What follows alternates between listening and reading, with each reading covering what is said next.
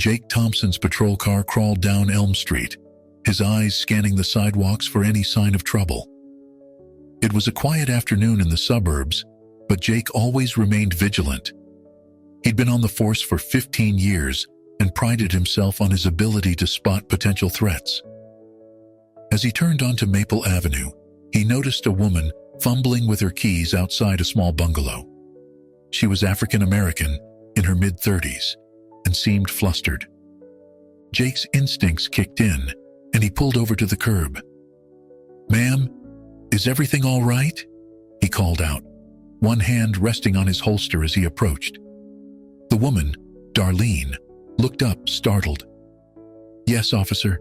I'm just having trouble with my keys." Jake's eyes narrowed. Something about her demeanor seemed off to him.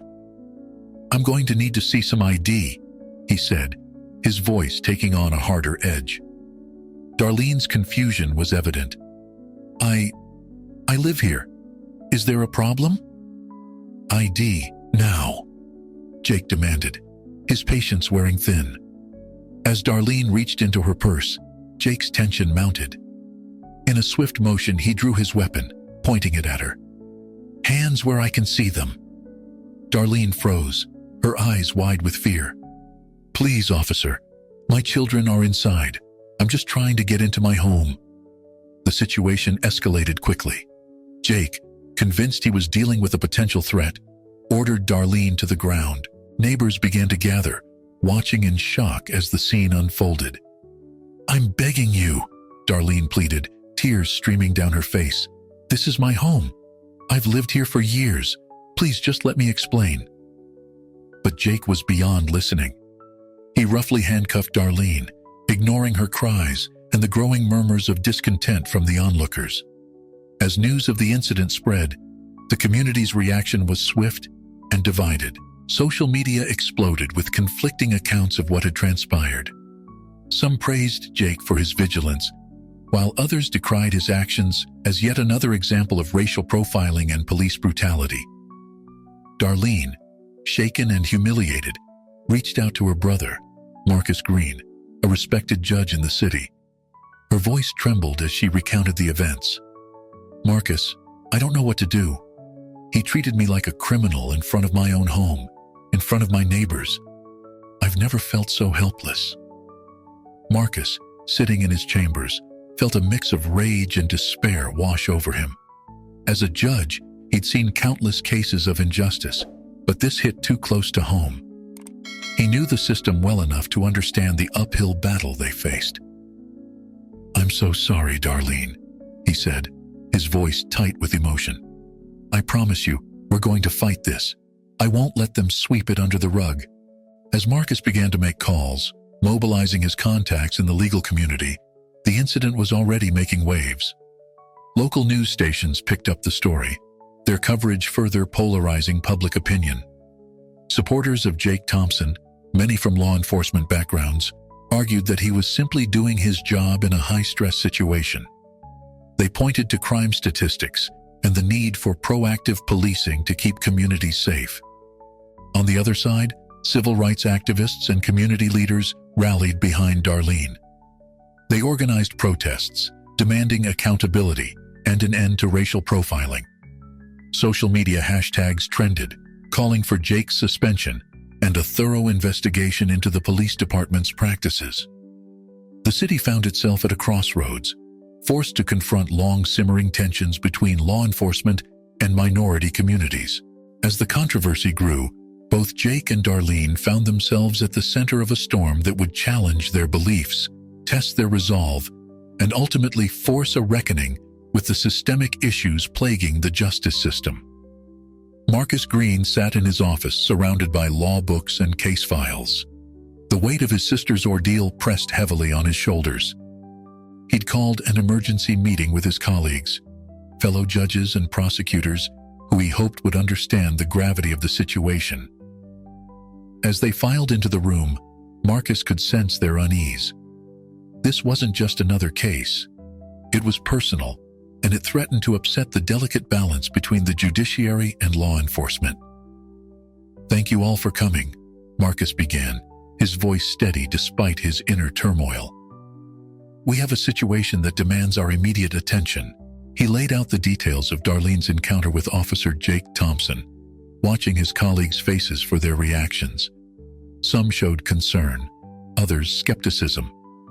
Judge Sarah Patel leaned forward. "Marcus, I understand this is personal for you, but we need to tread carefully. The police union is powerful, and they don't take kindly to what they perceive as attacks on their own." Marcus felt a flicker of frustration. This isn't about attacking the police. It's about protecting citizens from abuse of power. If we can't do that, what's the point of our justice system? The discussion grew heated. Prosecutor Tom Riley voiced his concerns. "We rely on the police to make our cases. If we go after one of their own, it could jeopardize our working relationship." Marcus couldn't believe what he was hearing. "Are you suggesting we turn a blind eye to misconduct just to maintain the status quo?" The room fell silent. Marcus realized he was facing an uphill battle, not just against the police department, but within the very system he'd sworn to uphold. Meanwhile, across town, Officer Jake Thompson sat in the police station break room, surrounded by his fellow officers. The mood was tense as Jake recounted his version of events. "I'm telling you guys, something didn't feel right," Jake insisted. "You know how it is out there. We have to trust our instincts." Officer Mike Dawson nodded in agreement. "You did what you had to do, Jake. These days, everyone's quick to cry racism, but they don't understand the pressures we face." As Jake listened to his colleagues' support, a small voice in the back of his mind began to nag at him.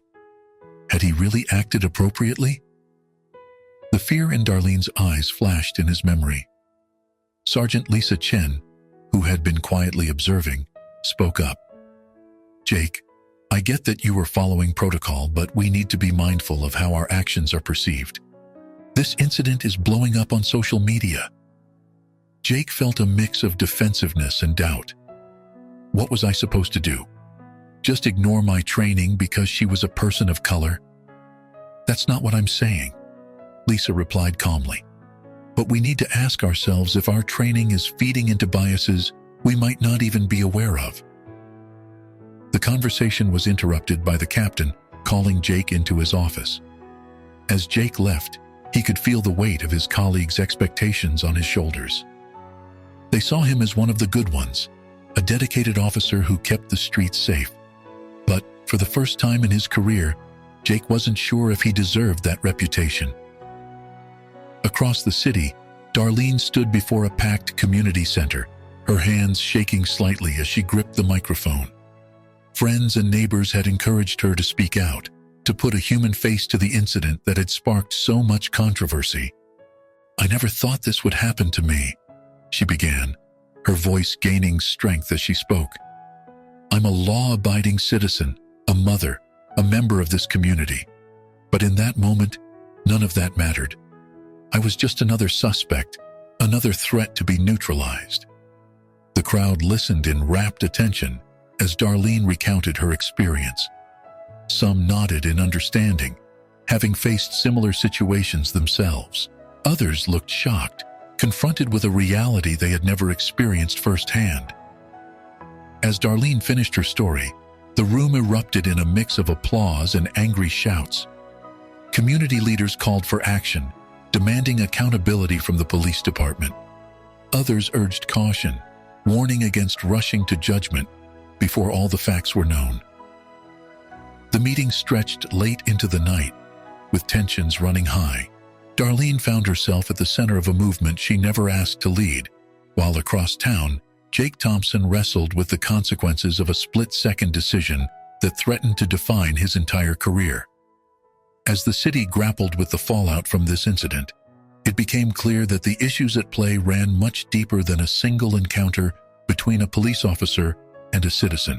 The very fabric of trust between law enforcement and the community they served was being tested, and the path forward remained uncertain. The community center buzzed with tension as Marcus Green took the podium. He scanned the crowd, noting the mix of anger, fear, and hope on the faces before him. As a judge, He was accustomed to maintaining neutrality, but tonight, he struggled to keep his emotions in check. "Good evening," Marcus began, his voice steady despite the turmoil within. "I stand before you not just as a judge, but as a member of this community and as the brother of Darlene, whose experience has brought us together tonight." A hush fell over the room as Marcus spoke, outlining the legal process that lay ahead and the challenges they faced in seeking justice. He emphasized the need for unity and calm, even as he acknowledged the pain and frustration many were feeling. As Marcus concluded his remarks, a local activist, James Carter, approached the microphone. Known for his fiery speeches and uncompromising stance on police reform, James had been a thorn in the side of local law enforcement for years. "With all due respect to the judge," James began, his voice rising with each word, "we've heard these promises before. How many more of our brothers and sisters need to suffer before real change happens?" The crowd erupted in a mix of cheers and shouts. Marcus felt the situation slipping out of control as James continued his impassioned speech, calling for immediate action against Officer Thompson and a complete overhaul of the police department. As the meeting descended into chaos, with different factions arguing amongst themselves, Marcus caught Darlene's eye across the room. She looked overwhelmed, caught in a storm she never asked for. Across town, Jake Thompson sat in a small office at the police station, facing Internal Affairs Investigator Detective Sarah Chen. The weight of the past few days showed on Jake's face as he recounted his version of events. "I followed protocol," Jake insisted, his voice tinged with a hint of doubt. "The subject was acting suspiciously, and I responded as I was trained to do." Detective Chen leaned forward, her expression neutral. "Officer Thompson, can you walk me through your thought process? What specific actions made you suspect Mrs. Green was a threat?" As Jake struggled to articulate his reasons, he began to realize how thin his justification sounded. The certainty he had felt in the moment was crumbling under scrutiny. I'm not sure," Jake finally admitted, the words tasting bitter in his mouth. "It all happened so fast." Detective Chen made a note in her file. "Officer Thompson, you understand the gravity of this situation, don't you? The community is demanding answers, and your actions have put the entire department under scrutiny." Jake nodded, a sinking feeling in his stomach. As he left the office, he overheard hushed conversations among his fellow officers. Some offered words of support, but others kept their distance, wary of being associated with the growing scandal. Later that evening, Darlene sat in her living room, surrounded by friends and family who had rallied to her support. Her phone buzzed constantly with messages of encouragement and interview requests from local media. "I never wanted any of this," Darlene said, her voice heavy with exhaustion. "I just want to feel safe in my own neighborhood, in my own skin." Her friend Lisa squeezed her hand. "You're not alone in this, Darlene. Your story is opening people's eyes to what's been happening in our community for years." As they talked, a news report flickered on the television. Footage from the community meeting played, showing the heated exchanges and calls for action. Darlene watched herself on the screen, barely recognizing the woman who stood before the crowd, voice shaking but determined. The reporter's voice cut through the room. As tensions continue to rise, city officials are calling for calm and promising a thorough investigation into the incident. Meanwhile, activists are planning a series of protests demanding immediate reforms in police training and accountability. Darlene turned off the TV, unable to bear any more. She thought about Officer Thompson, wondering if he had any idea of the impact his actions had on her life, on her community. She thought about her brother Marcus, torn between his duty as a judge and his love for his sister. As night fell over the city, the incident that began as a simple misunderstanding had grown into a catalyst for long simmering tensions to boil over.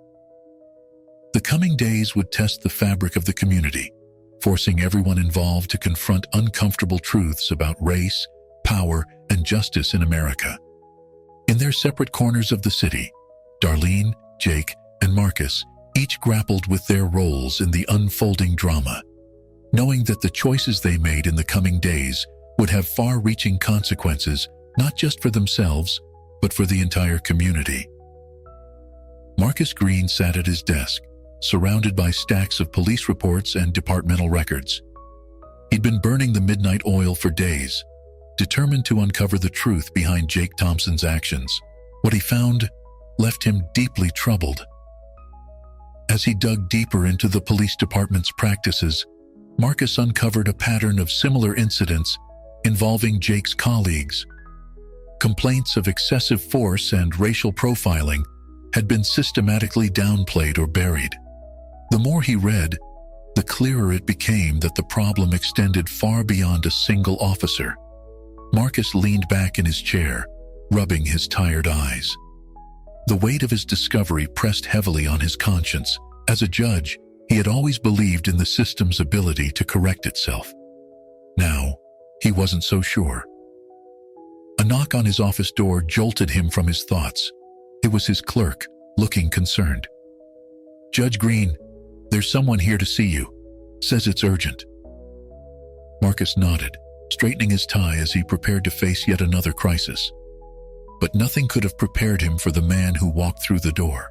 Officer Mike Dawson, one of Jake Thompson's closest colleagues, stood before him, looking nervous and conflicted. "Judge Green, I need to talk to you about Jake and what's been going on in the department." Across town, Darlene sat in a small, cluttered office facing her newly hired attorney, Sarah Martinez. The lawyer's reputation for taking on tough cases against law enforcement had drawn Darlene to her. But now, faced with the reality of what lay ahead, Darlene felt her resolve wavering.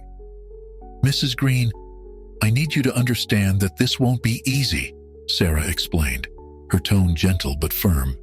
"The department will fight back hard. They'll dig into your past, try to discredit you. Are you prepared for that?" Darlene nodded slowly, her hands clasped tightly in her lap. "I have to be. It's not just about me anymore.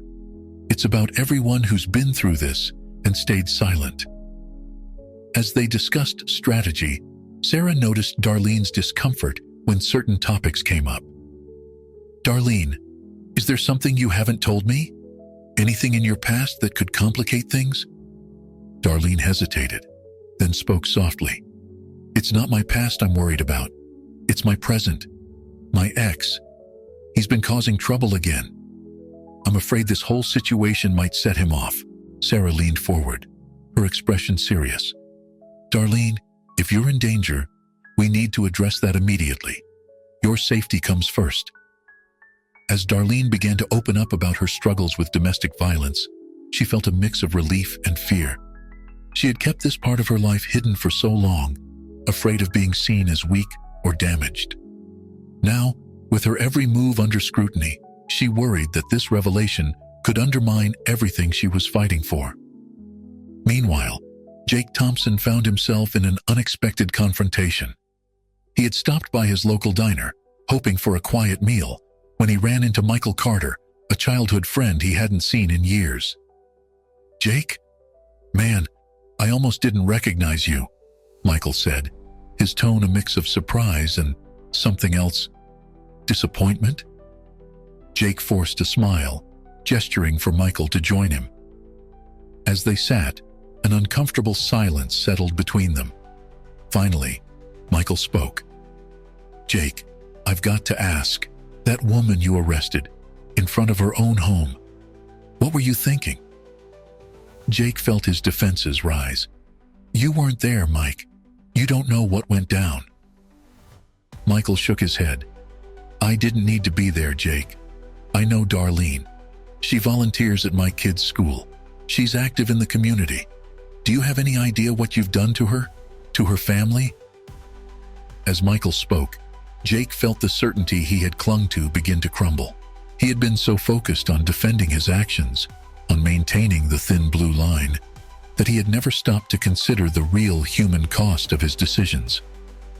She had to take leave from her job, Jake. Her kids are afraid to go outside. And for what? Because you couldn't take 2 minutes to listen to her? Jake sat in stunned silence, the full weight of his actions finally hitting him.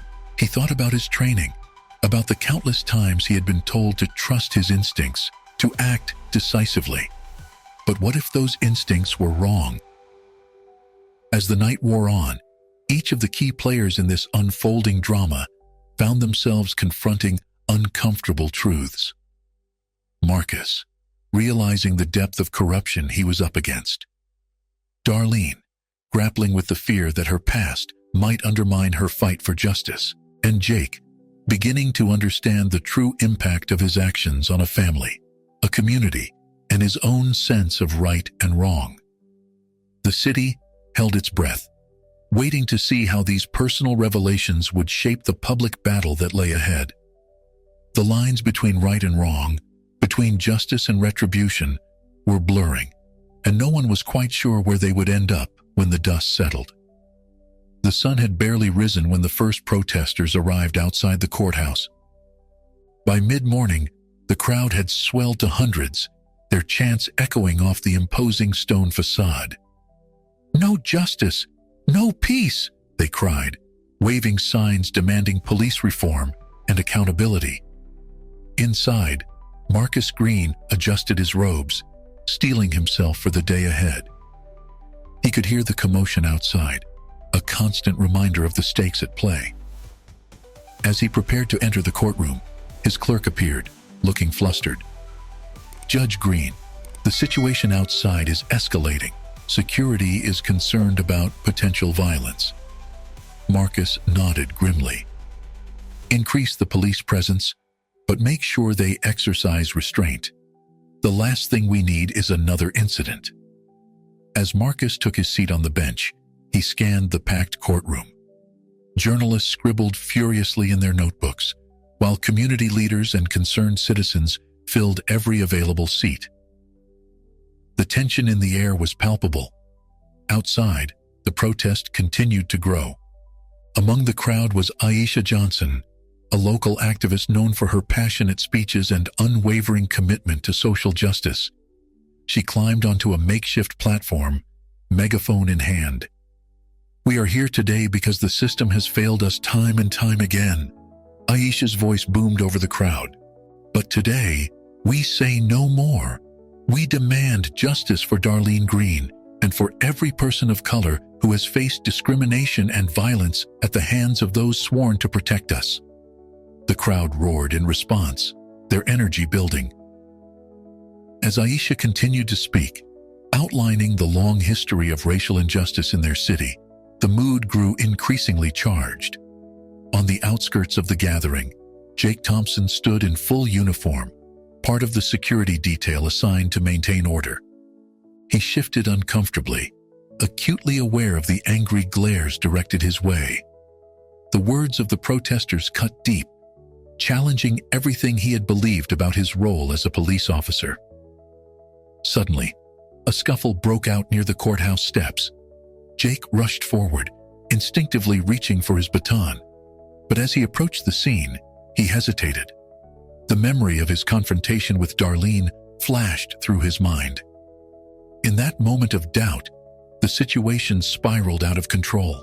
Protesters surged forward, their anger finding a focal point in Jake's presence. He found himself surrounded, the chants of "racist cop" and "justice for Darlene" ringing in his ears. For the first time in his career, Jake felt true fear, not for his physical safety, but for the realization of how he was perceived by the very community he had sworn to serve. Inside the courthouse, Marcus was in the middle of hearing arguments when the commotion outside reached a fever pitch. The sound of breaking glass and raised voices penetrated the courtroom walls. Marcus quickly called for order.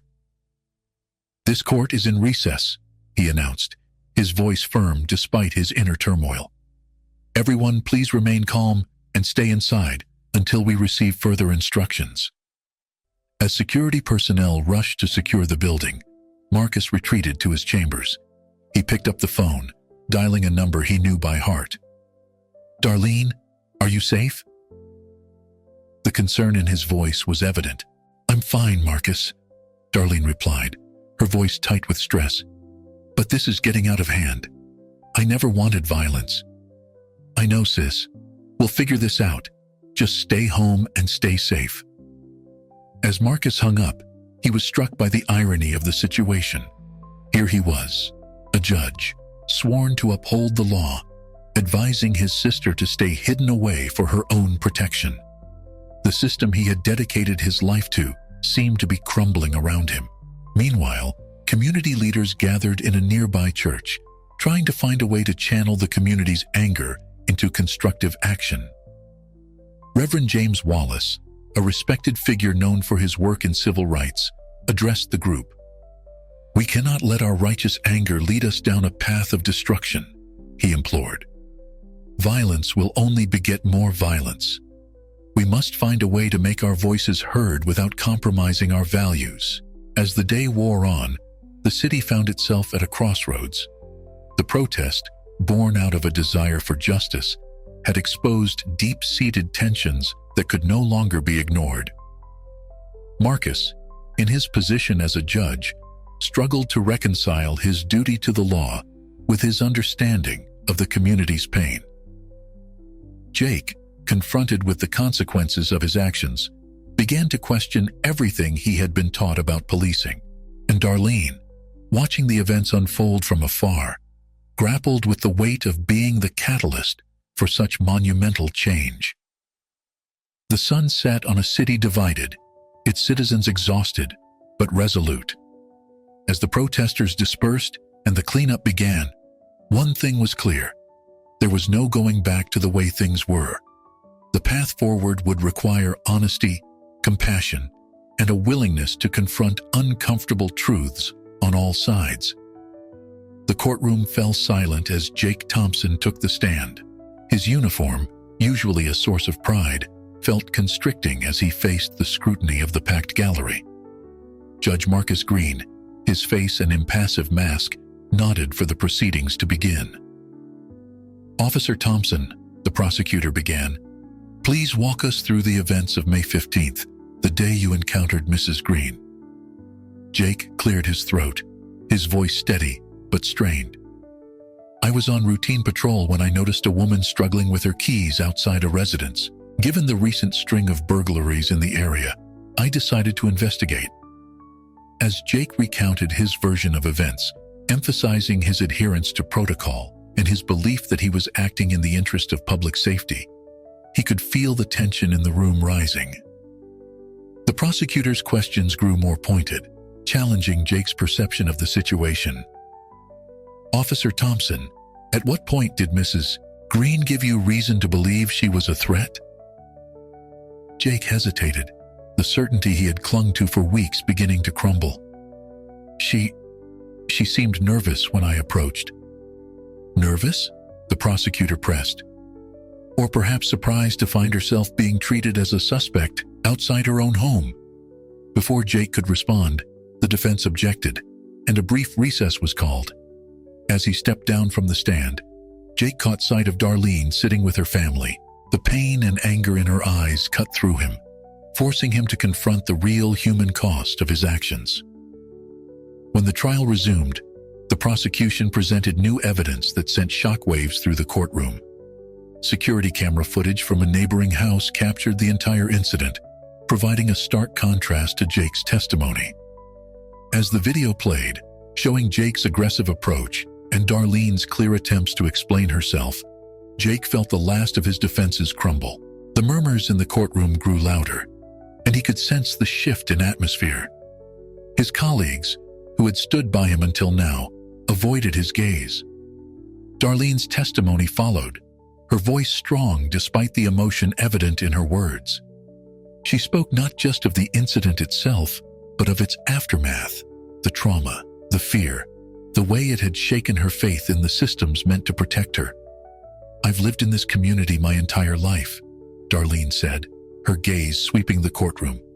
"I've volunteered at schools, organized neighborhood watches, always believing that if we all work together, we could build a safer, more just society. But on that day, none of that mattered. In Officer Thompson's eyes, I was just another suspect, another threat to be neutralized. As Darlene continued, she revealed the personal toll the incident had taken. She spoke of sleepless nights, of her children's newfound fear of the police, of the strain on her marriage and her work. Her voice broke as she recounted the resurfacing of past traumas, experiences of discrimination and violence that she had fought hard to overcome. This isn't just about one incident or one officer, Darlene concluded, her voice gaining strength. It's about a system that allows these incidents to happen, that trains officers to see threats instead of people, that values unquestioning obedience over compassion and understanding. The courtroom sat in stunned silence as Darlene stepped down. Even those who had come in skeptical of her claims found themselves moved by her testimony. Jake, his head bowed, looked utterly defeated. As the day's proceedings came to a close, Marcus retreated to his chambers, the weight of what he had heard pressing heavily upon him. He had always prided himself on his ability to remain impartial, to see all sides of an issue. But now, faced with the raw emotion of Darlene's testimony and the undeniable evidence of Jake's misconduct, he found himself questioning everything. Marcus thought back to his early days as a lawyer, to the idealism that had driven him to pursue a career in justice. He had believed in the system, in its ability to correct itself and serve all members of society equally. Now he wasn't so sure.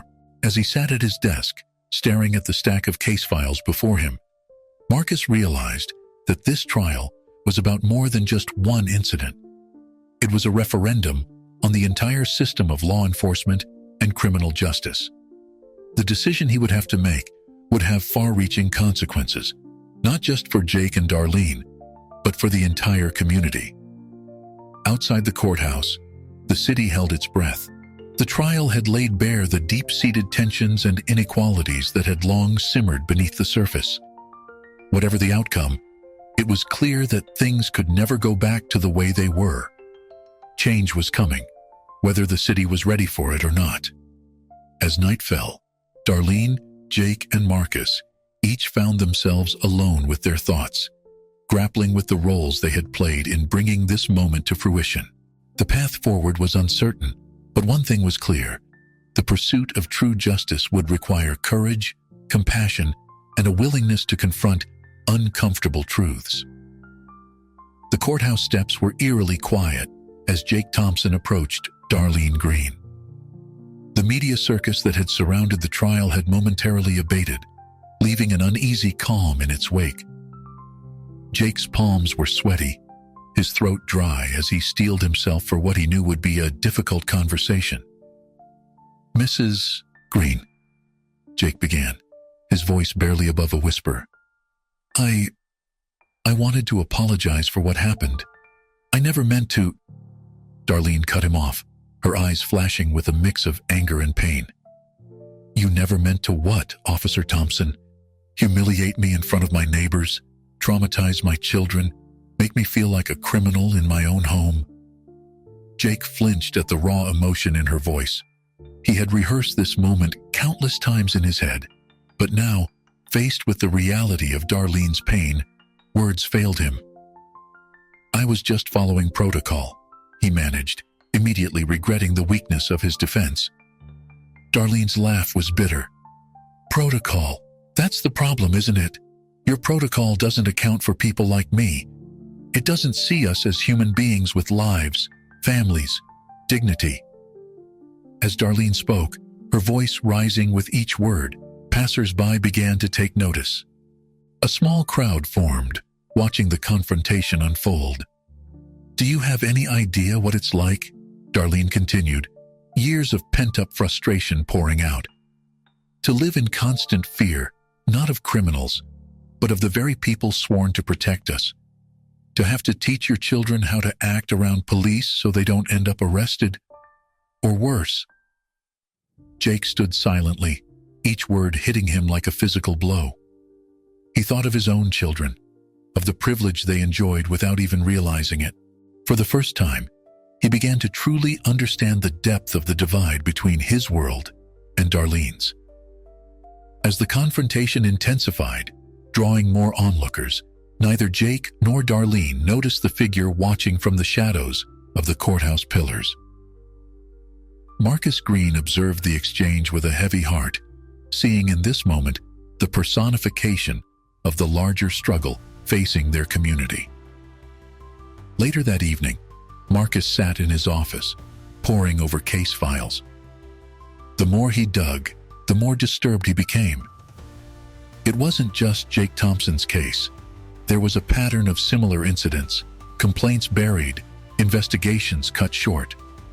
The corruption ran deeper than he had ever imagined. A knock at the door jolted him from his thoughts. It was Judge Sarah Patel, a colleague he had always respected for her integrity. "Marcus, we need to talk," Sarah said, her face grave. "I've been hearing rumors about pressure being put on certain judges to bury cases involving police misconduct." Marcus felt a chill run down his spine. "What kind of pressure?" Sarah glanced nervously at the door before continuing. "Threats of budget cuts, promises of promotions for playing ball. Marcus, I think this goes all the way up to the Chief Justice." As the implications of Sarah's words sank in, Marcus felt the ground shift beneath him. He had dedicated his life to upholding the law, believing in the fundamental fairness of the system. Now, he was faced with the possibility that the corruption he had been fighting extended to the very top of the judicial hierarchy. "What do we do?" Marcus asked, more to himself than to Sarah. "We fight," Sarah replied, her voice steely with determination. "We expose the truth no matter the cost." As Marcus and Sarah began to formulate a plan, across town, Darlene found herself at the center of a growing movement. What had started as a personal fight for justice had evolved into something much larger. Community leaders, activists, and ordinary citizens looked to her as a symbol of resilience and a catalyst for change. Darlene stood before a packed community center, her initial nervousness giving way to a sense of purpose. "This isn't just about me," she began, her voice strong and clear. "It's about every person who has ever felt powerless in the face of injustice. It's about building a community where everyone feels safe, respected, and heard." As Darlene spoke, outlining her vision for police reform and community engagement, the room buzzed with energy. People nodded, clapped, and called out in agreement. For the first time since the incident, Darlene felt a glimmer of hope. But even as the movement gained momentum, challenges loomed. Opposition from police unions, skepticism from conservative community members, and the entrenched systems of power that resisted change at every turn. As the night wore on, Darlene, Jake, and Marcus each found themselves at a crossroads. Darlene, grappling with her newfound role as a community leader. Jake, confronting the flaws in a system he had once believed in wholeheartedly. And Marcus, facing the biggest ethical challenge of his career. The city held its breath, poised on the brink of transformation. The path forward was uncertain, fraught with obstacles and potential pitfalls. But for the first time in years, there was a sense that real change was possible. The question remained, at what cost, and who would be willing to pay it? The courtroom was packed to capacity as the trial entered its final phase. The air was thick with tension as the prosecution prepared to present its closing argument.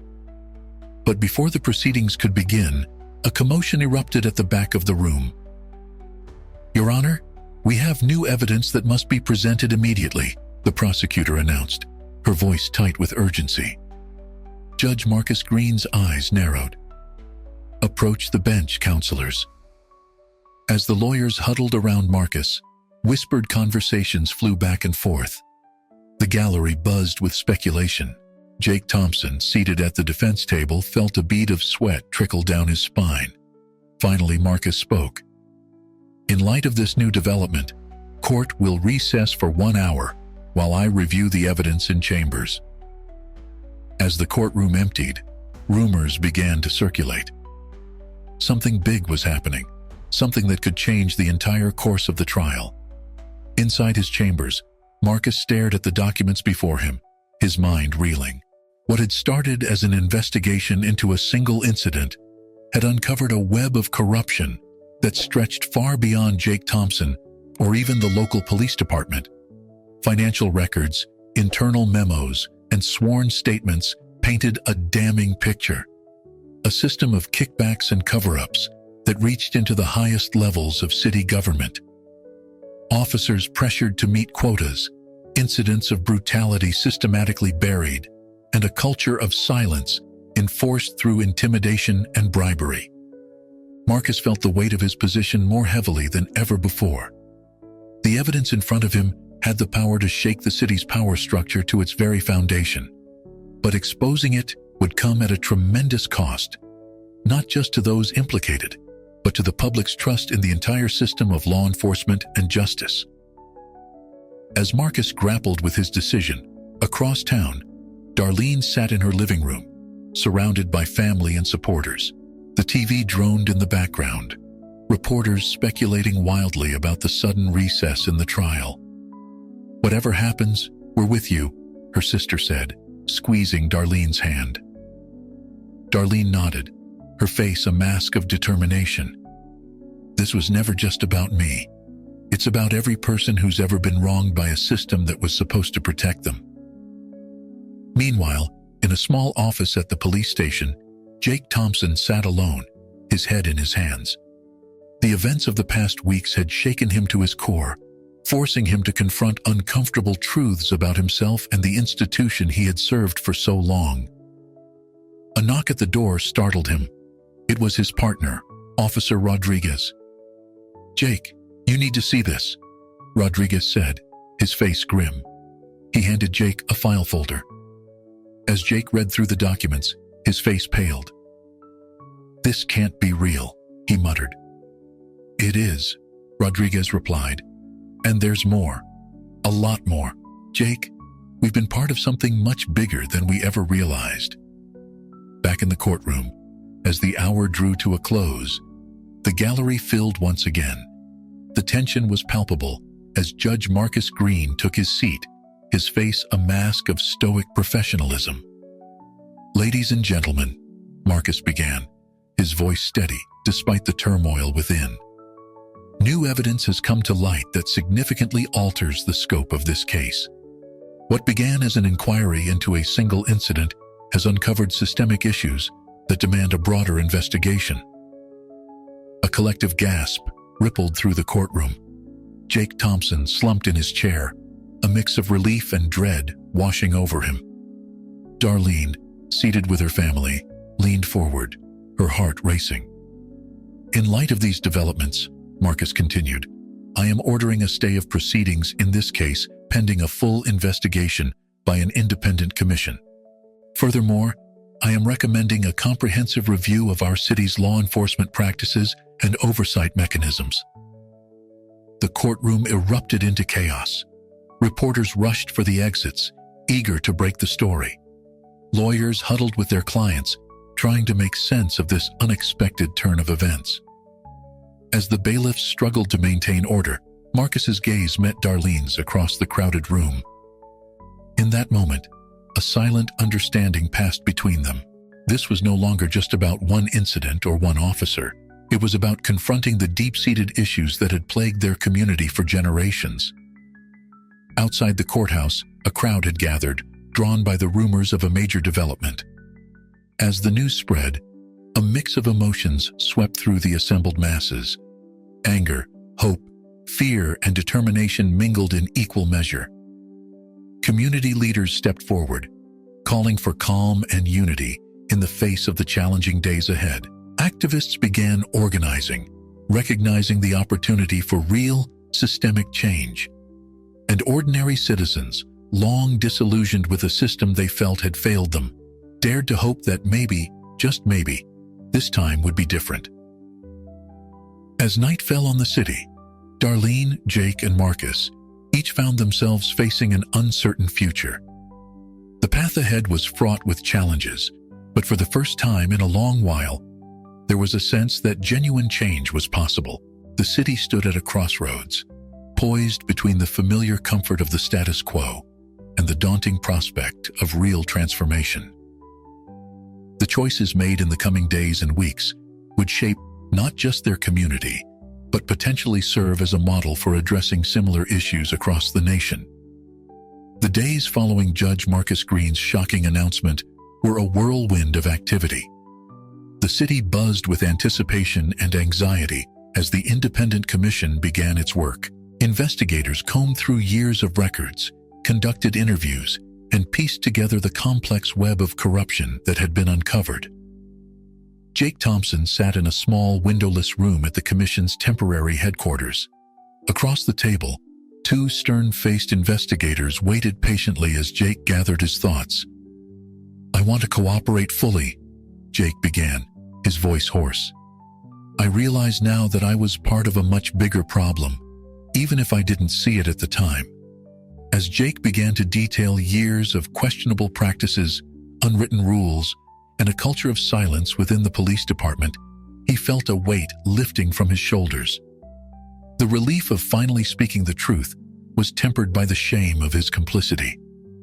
Across town, Darlene found herself thrust into the spotlight as a reluctant symbol of the movement for police reform. Reporters clamored for interviews, activists sought her endorsement, and community leaders looked to her for guidance. Standing before a crowd at a hastily organized town hall meeting, Darlene took a deep breath before speaking. "We have a rare opportunity here," she began, her voice strong and clear. "An opportunity to rebuild our justice system from the ground up. But real change won't come from the top down. It has to start with us, in our neighborhoods, in our daily interactions." As Darlene outlined her vision for community-led policing initiatives and increased accountability, the room buzzed with energy. People nodded, called out in agreement, and began to see a path forward through the chaos of recent events. Meanwhile, in his chambers, Marcus pored over the preliminary findings of the commission. The scope of the corruption was even more extensive than he had initially feared. It implicated not just police officers and city officials, but judges, prosecutors, and business leaders. A knock at the door interrupted his reading. It was Sarah Patel, the colleague who had first alerted him to the depth of the problem. "Marcus, we need to talk," Sarah said, her face grave. "There's been pushback against the commission. Powerful people are trying to shut this down before it goes any further." Marcus nodded, unsurprised, but disheartened. "We knew this wouldn't be easy, but we can't back down now. Not when we're so close to exposing the truth." As Marcus and Sarah strategized on how to protect the integrity of the investigation, the city around them simmered with tension. Protests continued daily, with citizens demanding transparency and accountability. Counter-protests emerged as well, with supporters of the police arguing that a few bad apples shouldn't tarnish the entire force. The atmosphere grew increasingly charged as the commission's work continued. Threats were made against key witnesses, including Jake Thompson. Darlene found herself facing intense scrutiny, with opponents digging into her past in an attempt to discredit her. Despite the pressure, the truth continued to emerge. Body camera footage that had previously been suppressed came to light, revealing a pattern of excessive force. Financial records exposed a complex system of payoffs and kickbacks, and perhaps most damning of all, internal communications showed a concerted effort to cover up misconduct at the highest levels. As the commission prepared to release its final report, the city held its breath. The findings had the potential to reshape not just local law enforcement, but to serve as a model for police reform nationwide. On the eve of the report's release, Darlene, Jake, and Marcus found themselves brought together by circumstance. In a small, nondescript diner on the outskirts of town, the three sat in a booth, the weight of recent events hanging heavily between them. "I never thought it would come to this," Jake said, breaking the uncomfortable silence. I joined the force to help people, to make a difference. Somewhere along the way, I lost sight of that." Darlene nodded, her expression a mix of empathy and lingering anger. "We all want to believe in the system, but when that system fails us, we have a responsibility to change it." Marcus leaned forward, his voice low and intense. "What happens next will define this city for generations to come. The road ahead won't be easy, but for the first time in a long while, I believe real change is possible." As they talked late into the night, hashing out their hopes and fears for the future, a tentative understanding began to form between them. They represented different facets of a broken system: the enforcer, the victim, the adjudicator. But in this moment, they were united in their desire for justice and reform. Outside the diner, the city slept uneasily, awaiting the dawn of a new era. The Commission's report loomed on the horizon, promising to shake the foundations of power and potentially redefine the relationship between law enforcement and the communities they served. As Darlene, Jake, and Marcus parted ways, each felt the weight of responsibility on their shoulders. The choices they would make in the coming days would not just affect their own lives, but the lives of countless others. The pursuit of true justice, they realized, was not a destination, but an ongoing journey, one that required courage, compassion, and an unwavering commitment to the truth. The morning of the Commission's report release dawned with an eerie calm over the city. Streets that had been filled with protesters for weeks were now oddly quiet, as if the entire population was holding its breath. At the courthouse, a sea of reporters and cameras waited as Judge Marcus Green took the podium. His face was etched with the gravity of the moment as he began to speak. "Today, we stand at a crossroads," Marcus began, his voice steady and resolute. "The findings of this commission have uncovered a level of systemic corruption that strikes at the very heart of our justice system. But in this moment of crisis, we also find an opportunity for profound change." As Marcus continued, outlining the Commission's key findings and recommendations, gasps and murmurs rippled through the crowd. The report was even more damning than anyone had anticipated, implicating dozens of officers, officials, and community leaders in a web of misconduct that spanned decades. But the most shocking revelation came in the form of a video. Displayed on a large screen behind Marcus, it showed the full, unedited footage of Jake Thompson's confrontation with Darlene Green. The raw imagery of the incident, coupled with radio transmissions and internal communications, painted a vivid picture of a system designed to protect its own at the expense of the community it served. In the crowd, Darlene watched with a mix of vindication and sadness. Seeing the incident play out in such stark detail brought back painful memories, but it also reinforced her resolve to fight for change. Jake Thompson, standing at the back of the room, felt the weight of every eye upon him as his actions were laid bare for all to see. The shame was overwhelming, but mixed with it was a sense of relief. The truth was finally out, and with it came the possibility of redemption. As Marcus concluded his presentation, he made a series of bold announcements. A complete overhaul of the police department's training and oversight procedures. The establishment of a civilian review board with real power to investigate misconduct. And perhaps most significantly, a commitment to community-led policing initiatives that would fundamentally reshape the relationship between law enforcement and the public. In the days that followed, the city became a crucible of change. Protests gave way to town halls and community meetings as citizens came together to shape the future of their justice system. It wasn't always easy. Old wounds and deep-seated mistrust didn't heal overnight, but there was a palpable sense of progress. Darlene found herself at the forefront of these efforts, working tirelessly to ensure that the voices of those most affected by police misconduct were heard. Her experiences had transformed her from a victim to a leader, and she embraced her new role with determination and grace. Jake, having resigned from the force, took a different path towards redemption. He began speaking to police cadets and community groups, sharing his story as a cautionary tale and advocating for a more empathetic, community-oriented approach to policing. Marcus, for his part, continued to push for reform from within the system. He faced significant pushback from those resistant to change, but found allies in unexpected places as a new generation of legal professionals, inspired by recent events, began to make their voices heard. 6 months after the release of the Commission's report, the city had become a model for police reform nationwide. Crime rates had initially spiked as the department underwent its transformation, but were now steadily declining as community trust in law enforcement grew. On a warm evening, Darlene, Jake, and Marcus found themselves once again in that small diner where they had met on the eve of the report's release. The atmosphere was different now, less tense, more hopeful. "I never thought I'd say this," Darlene began, a small smile playing at her lips. "But I actually feel safe in my own neighborhood again." Jake nodded, his expression a mix of pride and lingering regret.